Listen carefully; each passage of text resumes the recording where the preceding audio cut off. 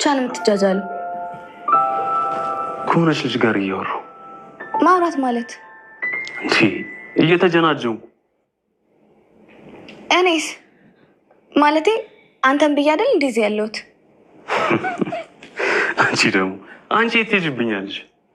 ባይሆን እቺን ጠበቅ ላድርጋት። ኧረ ጥሩ ልጅ ናት በጣም። ኧረ በሷ ልክ ራሱ ጥሩ አይኖርም።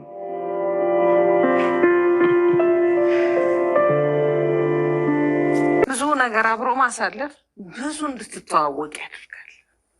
አዎ አያቴ፣ አሁን ግን ጠላቴን ማወቅ ነው የከበደኝ። የኔ ልጅ እንደዚህ ሆኖ የሚቀጥል እንዳይመስልህ። የሆነ ሰዓት የሆነ ነገር ይታወቃል። እንደሞ ከኔ ጋር ፊት ለፊት ቢጋጠሙ ጥሩ ነበር። ያኔ ማን ወንድ እንደሆነ ይታወቅ ነበር። ልጄ ፈሪ ፊቱን አይገልጽም። ይህንን አውቅ። እጅግ በጣም ትልቅ ችግር ተፈጥሯል ማለት ነው። ምክንያቱ ደግሞ ጄሪ ሁሉንም ነገር ደርሳበታለች። ማለትም አምናን በጣም በሚገርመው ሁኔታ ማለት ነው ቤሌንን እንደሚያፈቅራት፣ በዛ ላይ ደግሞ ቤሌንም አምነንን እንደምታፈቅረው ጄሪ ደርሳበታለች። እንግዲህ ጄሪ የታዘዘችው መልእክት አለ ከአምነን አያት ማለት ነው። የአምነን አያት ያለቻት ነገር ምንድን ነው? አምነንና እንዲሁም ደግሞ ሜርሲ እንዲራራቁ፣ ሜርሲ ክፋተኛ፣ ተንኮለኛ፣ ሴረኛ እንደሆነች እውነት ለመናገር በግልጽም እንደዛ ነች። እናም አያትየው ደግሞ እንደዛ እንደሆነች በደንብ ለአምናን ታስረጀዋለች፣ ታሳየዋለች፣ ትነግረዋለች። ይሄንን አድርገሽ አምነንንና እንዲሁም ደግሞ ሜርሲን ማራራቅ ከቻልሽ ይህንን ቤት በስምሽ አደርግልሻለሁ ብላታለች ማለት ነው። እና ይህንን ነገር እንግዲህ ቤሌን እንድታግዛት ወደ ቤሌን ስትሄድ፣ ቤሌን ደግሞ ምን አድርጋለች? የአምነንን ሸሚዝ አቅፋ ተኝታ ነበረ ማለት ነው። በዚህ ሰዓት ጄሪ በጣም ነው የተናደደችው። ምክንያቱም እሷ አምነንን አታፈቅረውም፣ ቤሌን ግን ታፈቅረዋለች። ጄሪ የምታፈቅረው ገንዘብ ነው። ለዛም አያትየው ደግሞ ታዝባታለች። ይሄ ቤት በስሜ ይሆናል፣ ይሄ ቤት የኔ ይሆናል ብላ በጣም በቃ አያትየው ታዝባታለች። እንዴ እንደዚህ በዚህ ልክ ገንዘብ ወዳድ ነች እንዴ ብላ በጣም ነው የታዘበቻት። እና በነገራችን ላይ ቤሌን ነች የአምናን ሚስት መሆን ያለባት ብዬ አስባለሁ። ምክንያቱም አንደኛ ካላት ፍቅር አንጻር፣ ሁለተኛ ስነ ምግባር ራሱ እንግዲህ የአምነን አያት መጣች። ከዛ ቤሌን ወርዳ ሰላም አያቴ ብላ ምናምን ነው ሰላም ያለቻት። ጄሪ ግን ለምንድን ነበር የፈለግሽኝ? የሆነ እንኪ ሰጥሻለሁ እንደዚህ ምናምን እንደዛ መባል ነው የምትፈልገው። ሚስት ናትና ማለት ነው። እና በጣም ነው የምትገርመው። እናም እንግዲህ አሁን ላይ ጄሪ ብልጣ ብልጥ ሆናለች። በነገራችን ላይ ሜርሲ ራሱ እንዴ ምን ነው ቤታችን ሲቃጠል ሞኝነትሽ ጅልነትሽም አብሮ ተቃጠለ እንደ እያለቻት ነበረ ሁላ ማለት ነው። በነገራችን ላይ ሜርሲ ምን አስባ ነበረ?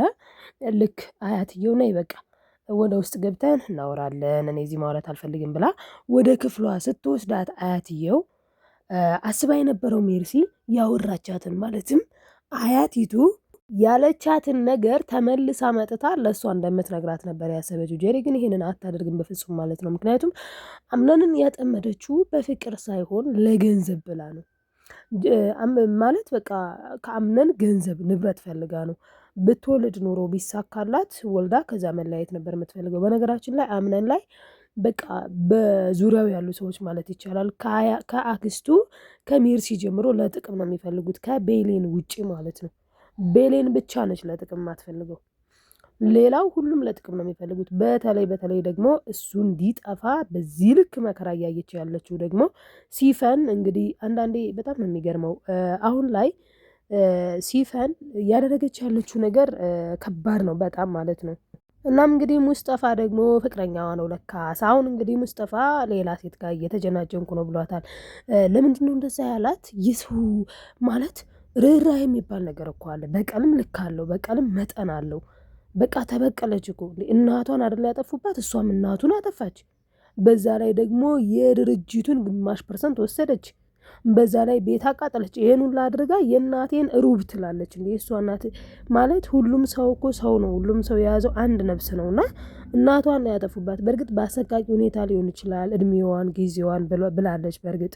እና አሁን ይሄንን ሁሉ ነገር አድርጋ የእናቴን ሩቡን ተበቀያቸዋለሁ ከዚህ በኋላ በሞትም አይቆጨኝም እያለች ነውና አንዳንዴ ሰዎች በቀል የዚህን ያክል ግን ማለት ዘር ሊዘራብን አይገባም ተበቃይ አምላክ ስላለ ማለት ነውና እሷ ደግሞ በጣም ነው በቃ በቀልን እንዴት ነው በቃ በጣም በእጅጉ ነው በቃል የምትወደው ማለት ነውና እየተበቀለች ትገኛለች ይመስለኛል። ሙስጠፋ አሁን ላይ ከዚህ ምግባሯ እንድትመለስ ነው ማለትም እንድታስተውል ከዚህ እንድትመለስ በቃ በቀል በቃኝ ይበቃኛል ብላ በቀልን እንድትተው ይመስለኛል ማለት ነው እያላት ያለውና እየተጀናጀንኩኝ ነው ያለው።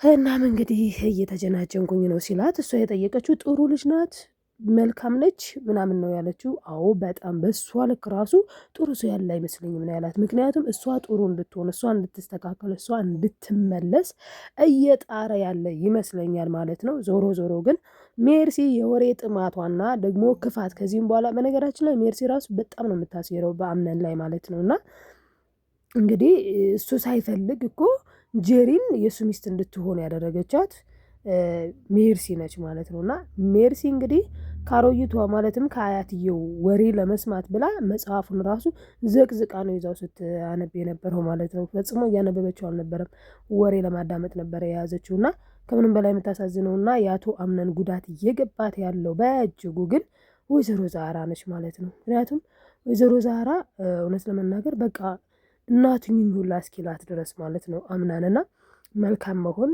በጎ መሆን ጥሩ ነው። በእርግጥ እኮ እኛ መልካም ስለሆንን ሰዎች መልካም ላይሆኑልን ይችላሉ።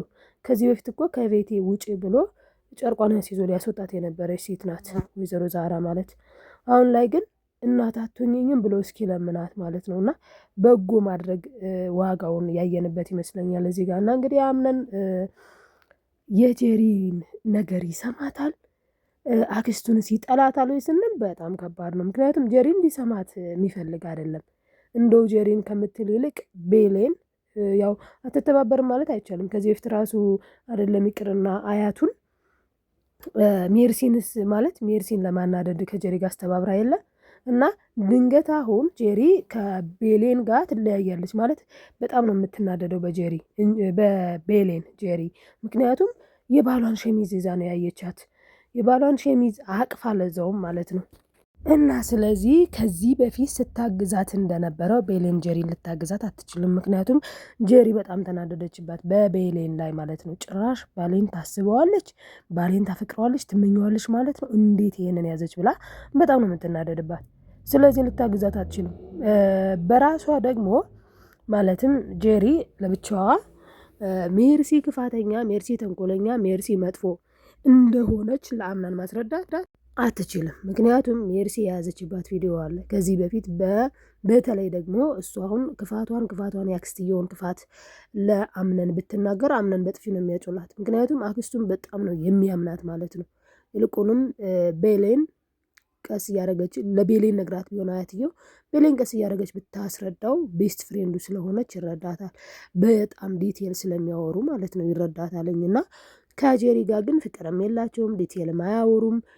አክስቲቱ ማለትም አያቲቱ የመሰላት የምር በቃ አፍቅሯት ወዷት በቃ ሞትኩኝ ሄድኩኝ ብሎ ያገባት ነው የመሰላት። እና እንግዲህ ጄሪ ከዚህ በኋላ ነው ፈተናዋ ማለት ነው።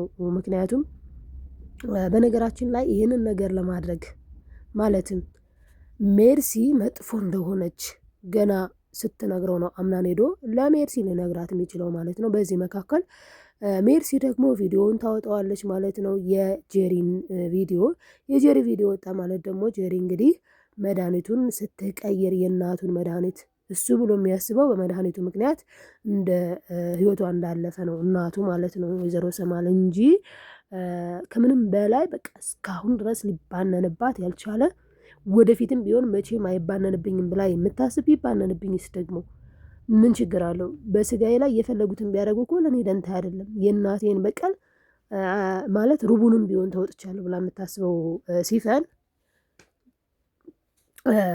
እሷ መቼም እንደማትጋለጥ ብትጋለጥ ምንም እንደማይመስላት ነው እንግዲህ ለሙስጠፋ እየተናገረች ያለችው ማለት ነው። ሙስጠፋ ደግሞ በሌላ በኩል እንግዲህ ጄሪን እንደሚያፈቅር ይታወቃል። አሁን ላይ ግን አፈቅራታለሁ ይሆን ልበቀላት አስቤ ነው ይሆን የሚለውን እርግጠኛ አይደለሁም ሲል ነው እንግዲህ ለቤሌን እየተናገረው እና አሁን ላይ እንግዲህ አምነንን በእጅጉ እያጽናናውና እኔ እኮ ወንድምህ ነኝ አጠገብህ ነኝ እያለው የሚገኘው ቃል ነው።